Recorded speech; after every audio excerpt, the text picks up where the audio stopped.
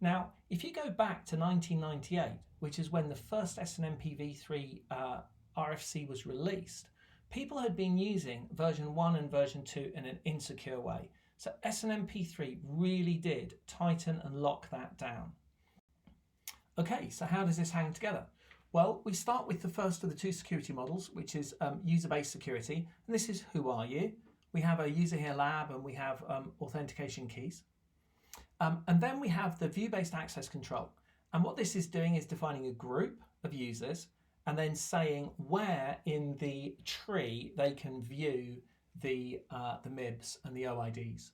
So to do that, obviously we need to define a group, and the group is effectively going to be a group of users in one way or the other. And then on that group, we're going to be defining what model we're using, which in our case is the USM. We're going to be saying what security level it is. Are we encrypting? Are we just privacy? Very similar to a tunnel. And then we're going to be saying where to view it from. So we've defined our root view here as OID1. So this is where in the tree we're going to be allowing the view-based access control to open up and allow. And we've called that root view and we're assigning it here. Groups, names, usernames, got some formal definitions here. So basically a group identifies as a collection of security names that belong to the same access policy. And then what's a name?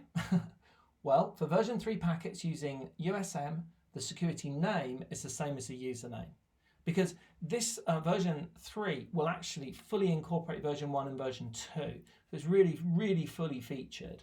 So for us, because we're using v3, the security name lab here is our user lab, and this is how the two models connect together. And of course, the group was as defined. We've also got a definition of a context here. Thought that might be helpful.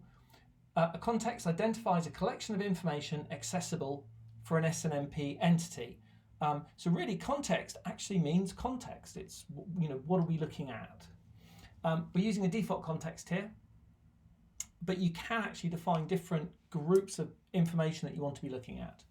Okay then, so we can have traps or notifies depending on whether we're running v2 or v3. We can put a notify filter here. These are the OIDs that we allow and the OIDs that we're excluding. And we've got a name for that. Now, if you want to attach that notify filter into the parameters of a management station, then inside the parameters, the target parameters keyword, you need to put the notify filter. And then we have the parameters here. So we've got 4 parameters. You need them all. If one's missing, then it won't commit. And inside the parameters for this management station, we have the security model we're using, USM. We have the security level privacy, which we've also selected here on the group.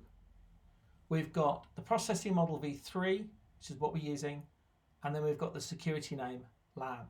So this ties it all together for the management station in a similar way to the VACM tying it all together for the user and the group.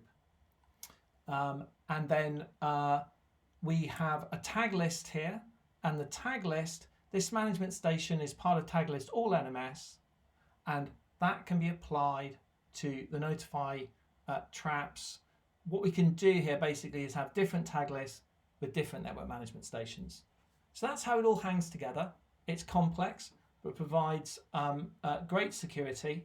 We've got the user-based security, basically who are you and the keys. We've got the root view, where we're going to be viewing from. We've got the view-based access control, defining the groups and attaching the users and defining the security levels and the read view. Then down here, we have the parameters for the network management stations. So an incredibly secure way to do your network management, SNMP v3.